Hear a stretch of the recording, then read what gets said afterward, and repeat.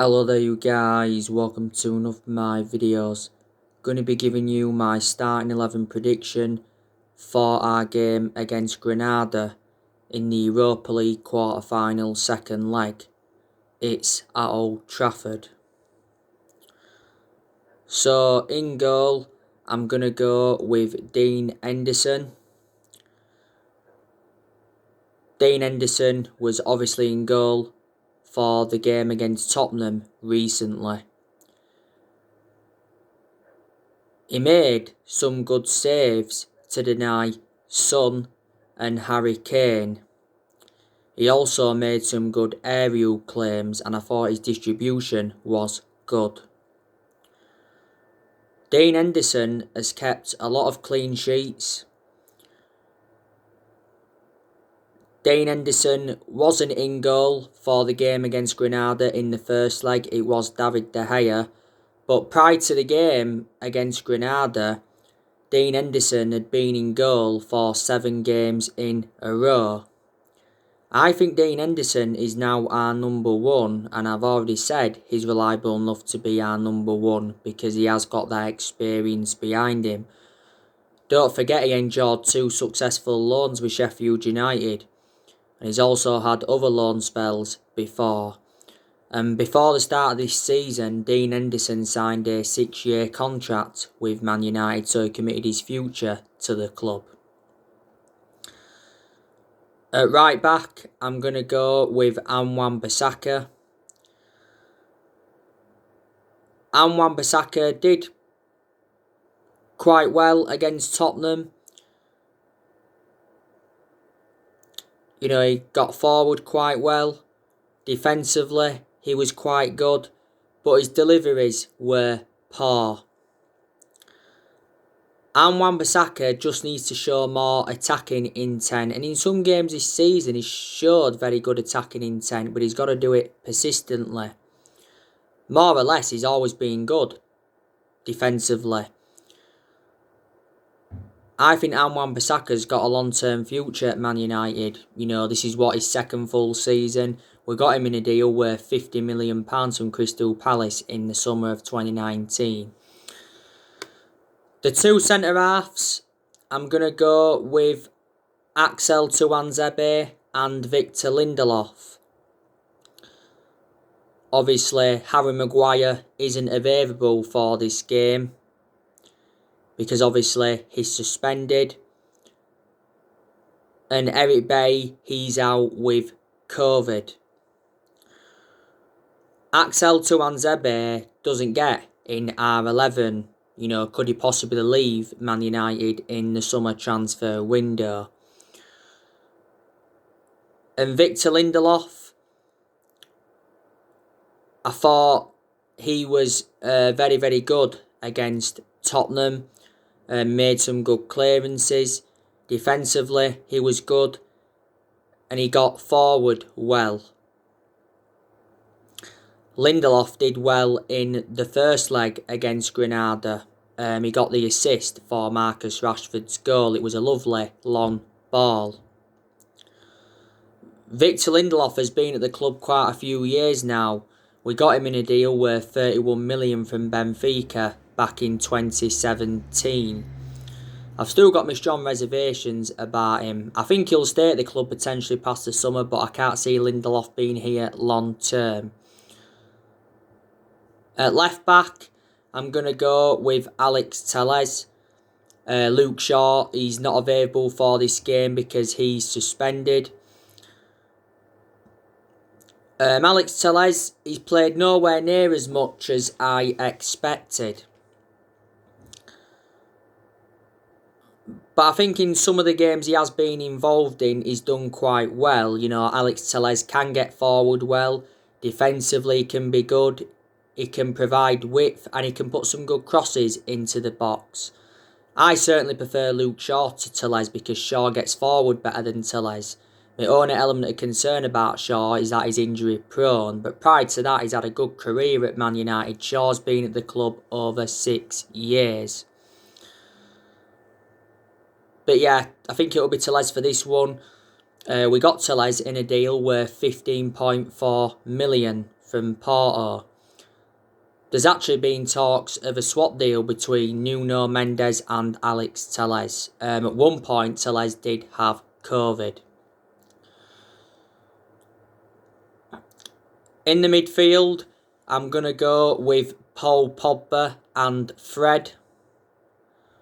Scott McTominay is not available for this one because he is suspended.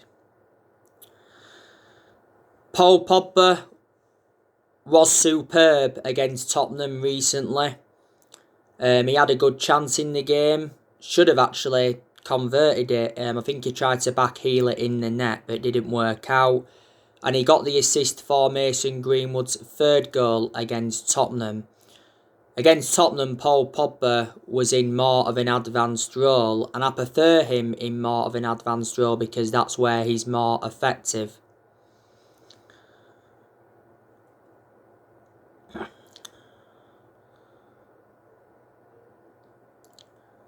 You know, Paul Pogba could leave Man United in the summer transfer window. There again, he could stay potentially past the summer. Don't forget, Pogba was out with a thigh injury for a long time. For the first part of this season, he was out with an ankle injury, and he was out for the vast majority of last season with an ankle injury. So he's sustained a few injuries now at Man United. But in recent months, we've been getting the best out of Pogba. He does bring creativity to the team. Solskjaer said not so long ago that Pogba's future lies at Old Trafford, and he hopes that Paul Pogba will stay and sign a new contract, and our players will be devastated if the club decide to sell Pogba. Fred, he was poor in the first half against Tottenham, but I thought in the second half he was much better. Fred obviously scored our equaliser. Fred has enjoyed quite a lot of good games at Man United, but he's also enjoyed poor games. Fred is not yet at that level where we want him to be at, and I think we overpaid for him. We got him in a deal worth 52 million from Shakhtar Donetsk. I've got to say he was a world-class player during his time at Shakhtar Donetsk. Ahead of them two, I'm going to go with Bruno Fernandes. Bruno Fernandes was quite good against Tottenham, but I've seen him play better. I have seen him play better.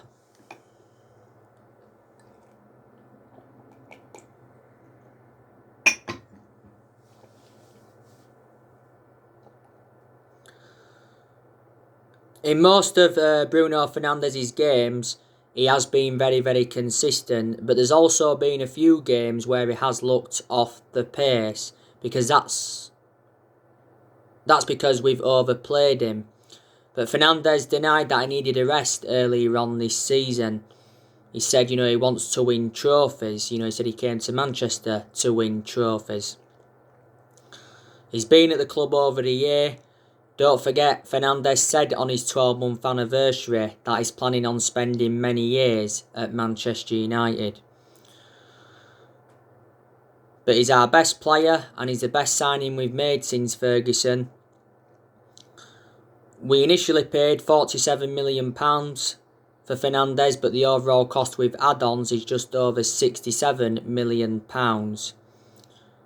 Fernandes is under contract with the club until 2025. There's an option to extend his contract for a further 12 months. He said earlier on this season that Fernandes was refusing to sign a new contract until he has assurances of the club's transfer plans. Says he was prepared to double his wages to £200,000 a week. So yeah, him in the number 10. On the left-hand side, I'm going to go with Marcus Rashford. Marcus Rashford obviously played against Tottenham. He was quite good, but I wouldn't say he was brilliant. To me, he didn't look 100% fit. Solskjaer said prior to the game against Tottenham that Rashford wasn't 100% fit. And I think he's become injury prone at Man United because he has sustained quite a few injuries. When Rashford plays well, he gets good runs in behind. He causes problems for the opposition defence, he creates chances and he can score good goals. We just need to keep him on that left-hand side because that's where he's more effective. A few times before we've played him on the right wing and a few times we've played him centrally. Rashford has been a United player since the age of 7 and he's been in our senior squad since 2016. On the right-hand side, I'm going to go with Mason Greenwood. Mason Greenwood's been exceptional since he broke into our first team squad. Greenwood made his senior debut in 2019. He's been a United player since the age of 7, so he's been part of the club for a long time. Earlier on this season, Mason Greenwood signed a new 4-year contract with the club. Ole has been defending him a lot this season. The first part of this season didn't really have much of a perception on Greenwood because he was in and out of the team. And at the start of this season, we give Greenwood that number 11 shirt. Sometimes we play him on the right wing, sometimes we're playing centrally. There's a lot of United fans saying that we should give him the number 9. So him on the right hand side, and up top I'm going to go with Edison Cavani. Edison Cavani was absolutely superb against Tottenham recently. He got man of the match, because Cavani had a disallowed goal that should have been given.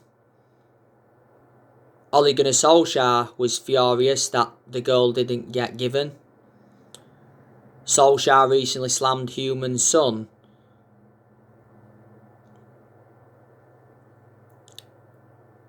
After the disallowed goal, and Jose Mourinho hit back at Solskjaer, reflecting on his comments regarding Human's son. But it was a good finish by Cavani, but the reason VAR disallowed it is because Scott McTominay's hand hit Human's son, but I can assure it wasn't intentional from Scott McTominay. But Edison Cavani did play a part in Fred's equaliser because he was the one that had the shot that produced the save from Hugo Lloris, and then Fred was there to tuck the rebound in. Edison Cavani's second goal was brilliant. It was a diving header and it was a very good cross from Mason Greenwood.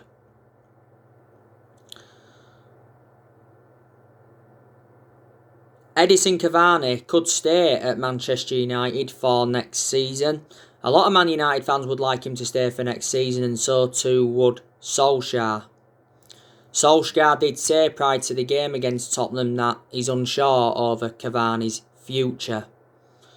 We've already held showdown talks with Cavani over his future at the club, and we want to convince him to stay.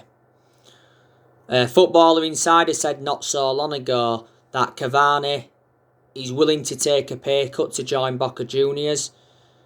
He already has a verbal agreement with Boca Juniors, and Boca Juniors have offered him a 3-year contract. Marcus Rojo, who was a former Man United player, he recently held conversations with Edison Cavani over a move to Boca Juniors. Rojo has urged Edison Cavani to quit Man United for Boca Juniors, and he's promised he'll take him fishing. Now, earlier on this season, Solskjaer did reveal that Cavani is closer to Man United. He's closer to Boca Juniors, than staying at Man United.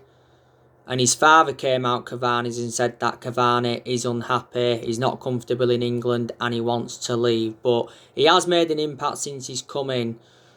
In a lot of his games, his hold-up play's been good, he's created chances, his movement in and out of the box has been good, and he's scored good goals. But there's been some games where Cavani hasn't got enough service and he's looked isolated. We got him on a free transfer last summer. He signed a 1-year contract with Man United with an option of a 2nd year. So that's how I think Manchester United could line up against Granada. So like I said, the players we've got missing is Anthony Martial. He's out with injury. Solskjaer said not so long ago it's very likely that Martial will be out for the remainder of the season. Martial sustained the injury whilst he was on international duty with France. I think Daniel James has got a knock. Like I said, Bay's out with COVID. Phil Jones, he's still out injured, but he doesn't get in our team anyway. And obviously Luke Shaw, Harry Maguire and Scott McTominay are suspended. We are more or less into the semi-finals of the Europa League. That'll be 5 semi-finals under Ole Gunnar Solskjaer. We beat Granada in the first leg 2-0. It was a good performance by Manchester United. 2 away goals plus a clean sheet. The goals obviously came from Marcus Rashford. It was a lovely goal from Marcus Rashford. Lovely touch and a lovely finish. Lovely long ball from Lindelof. And the second goal came from Bruno Fernandes from the penalty spot towards the end of the game. We should have actually had more than 2 goals. Just before the penalty, Bruno Fernandes had a very, very good chance.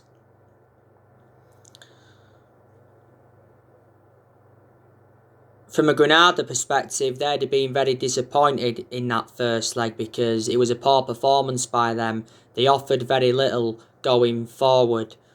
Their best player in the first leg was Kennedy. He was all over the place and he was trying to make things happen, and he had a few long range shots and there were straightforward saves for De Gea.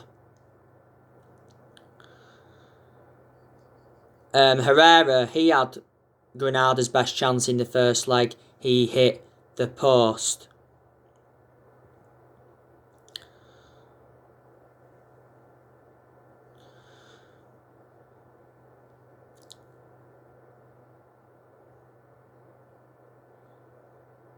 Granada won their last game 2-1. They're currently sitting 8th in La Liga. They're not a poor team, but they're not exactly great either. Their current manager is Diego Martinez. They've got some good players of Granada. I like that Roberto Soldado a lot. He's a former Tottenham player. He is Granada's joint top goal scorer, is Soldado. I think that George Molina's also good for Granada. I think he's their joint top goal scorer as well as Soldado. That Luis Suarez is quite good. He was actually a doubt for the first leg, but I think he came on, if I do remember rightly, but he was injured at one point. And that Herrera is quite good.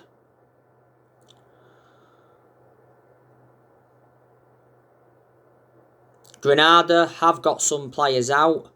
Obviously, Alberto Soros out with injury. Miller's out with injury. Lozano's out with injury.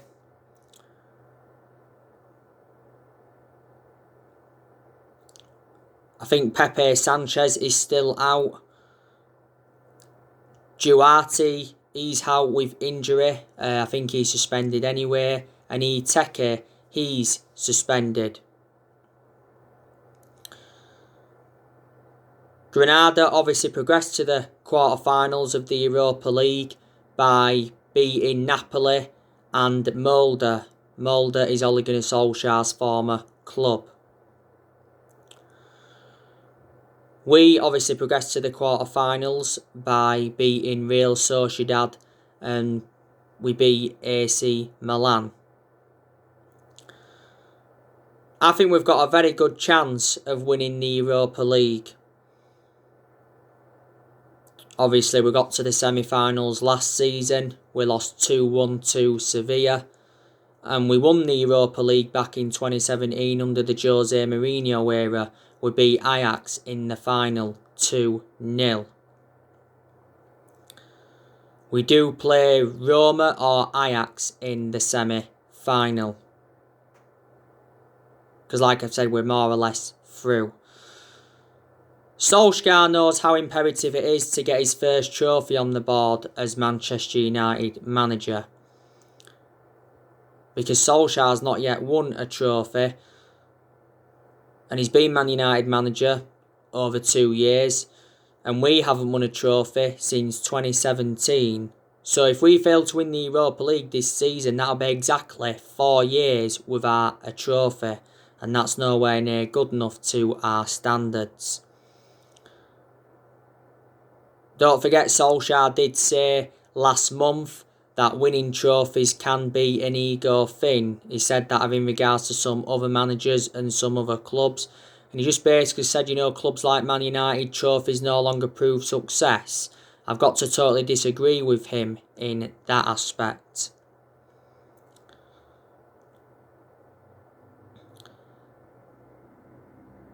But if we fail to win the Europa League, we know that Solskjaer will not be sacked as Manchester United manager. That's already been confirmed. So I can assure that Solskjaer will be Man United manager in the summer transfer window, and he'll be Man United manager next season.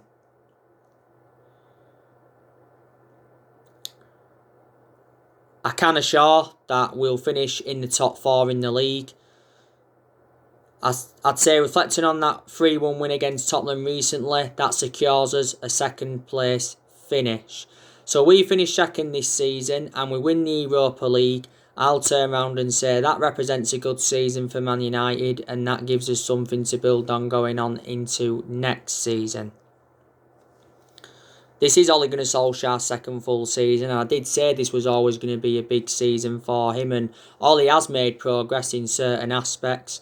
Next season it will be his third full season at the club.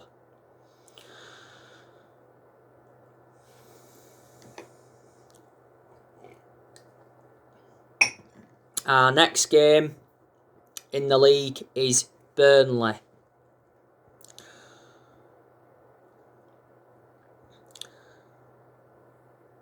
I'm expecting Man United to make around 3 or 4 signings in the summer transfer window. And I've already identified the areas where we need to strengthen up. I think we need a striker, we need a right winger, we need a centre-half, and we also need a defensive midfielder. Now, reports said not so long ago that Man United will spend big in the summer transfer window, but Solskjaer wants to keep transfer dealings quiet.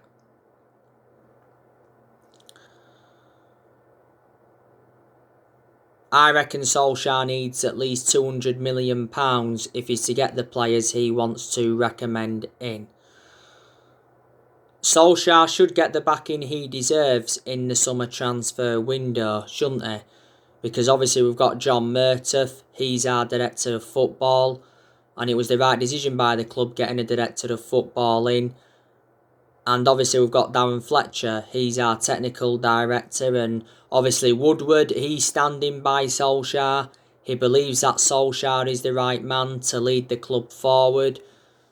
He's come out several times to show his support for Ole, even when was enduring them bad periods, and Woodward released a statement earlier on this season saying that the progress by Solskjaer and the players this season is clear. So in that aspect, Woodward is backing him. Our board have got a soft stance on Ole, with him being a club legend. And like I've already said, the main explanation Solskjaer is still Manchester United manager is because he is a club legend.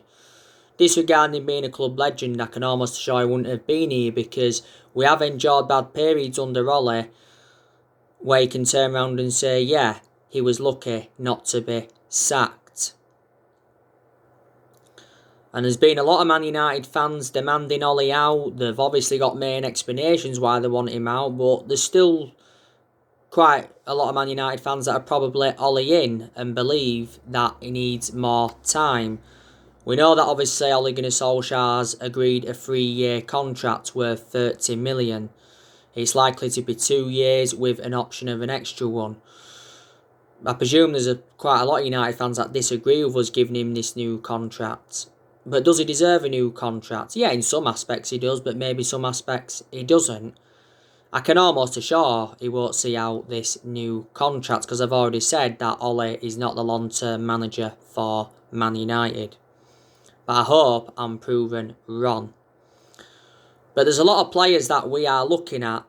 Obviously there's a lot of narratives regarding Erling Haaland.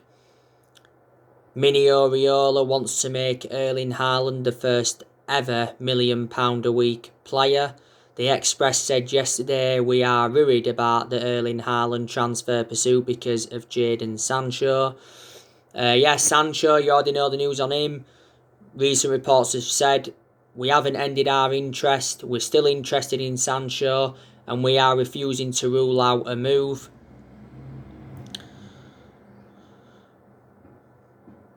Apparently, his wage demands have been agreed. We just need to come to an agreement on a transfer fee.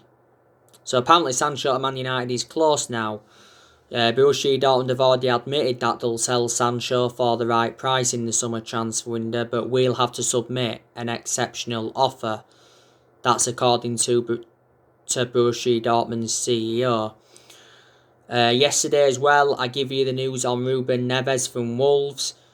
90 Minutes said that we want Ruben Neves.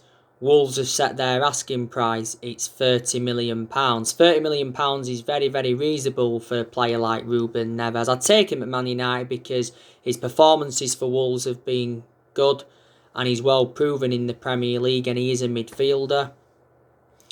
Ousmane Dembele, already know the news on him. There's quite a lot of centre-halves we've been looking at. He said not so long ago that Ole Gunnar Solskjaer had drawn up a 6-man centre-back shortlist. And the first 4 names are Koundé from Sevilla, Konate from RB Leipzig, Pau Torres from Villarreal, and Rafael Varane from Real Madrid. But in the summer transfer window, we're going to focus on the incomings and the outgoings. We're going to let quite a few players go in the summer transfer window. There's a good chance Cavani will leave.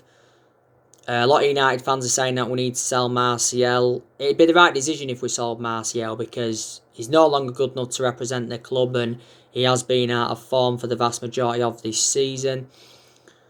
Juan Mata, there's a good chance that we'll offload him as well because he doesn't get in our 11. I think we should offload Donny van der Beek. The main reason is because he's not getting enough opportunities at Man United. There has been talks of a Donny van der Beek and Adrian Rabiot swap deal. Matic, I think we should offload him because I've always had my reservations about him. He's always been a slow player and plus he's not one of our first choice midfielders but still gets his chances. I think we should offload Jones. I think we should offload Tuanzebe because he doesn't get in our 11. Romero, offload him. I think we should look to get rid of Diego Dalot permanently. He's out on loan with AC Milan at the moment. And De Gea, I think we should sell him in the summer transfer window because I reckon he's had his years now at Manchester United. De Gea's been at the club, 10 years now or almost 10 years? I reckon De Gea's had 8 good years out of the 10 years he's been at the club because in the last couple of years he has been a liability reflecting on the calamitous mistakes he's made, De Gea. Recent reports said that we may loan De Gea out, but it said the other week that De Gea has made his transfer decision. He's preparing to leave Man United. And it said we're set to pay off his huge contract. There's a few clubs chasing him. We've set the price, it's £50 million. De Gea's got 2 years left on his current contract and he's on £375,000 a week.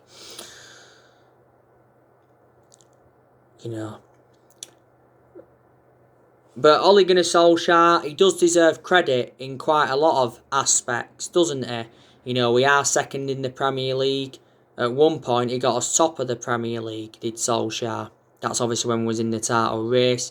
We've got a fantastic away record in the Premier League. We are unbeaten in our last 23 Premier League away games. So we haven't lost away from home for over a year. We're more or less into the Europa League semi-final. Solskjaer this season got us to the FA Cup quarter-final, got us to the EFL Cup semi-final as well. We've enjoyed very good periods under Ollie where we have seen consistency. And in some of them good periods, he's got the best out of the team. I think Ollie's made good signings as Man United manager. He has spent almost £300 million, and so far he's enjoyed 4 transfer windows as permanent Man United manager. He's also got rid of a lot of the deadwood since he's come in. You know, did well last season in his first full season, guided us to 3 semi-finals, got us qualification for the Champions League and got us a 3rd place finish. And I also like the way that Ole Gunnar Solskjaer has promoted the youth. And his decision making in some games has also been good. But Solskjaer's got to show tactical flexibility persistently. But Solskjaer's gained managerial experience reflecting on how long he's been at the club. Solskjaer knew when he'd taken over at Man United it was going to be a massive job, despite him knowing the club through thick and thin. You know, people have been saying Ole is in a position that he shouldn't be really in because he doesn't have that big club arrogance as a manager and doesn't have a proven pedigree as a manager. But that doesn't mean he can't be successful as Manchester United manager. We did appoint Ole in December 2018 and he's been permanent Man United manager since March 2019. And he's our 4th permanent manager since Ferguson. You know, we haven't won the Premier League since 2013. That's 8 years ago now. So anyway, I'll be doing another video later on. Drop your comments, likes below on the channel. If you do, consider subscribe as always. And take care. God bless. See you all again very, very soon.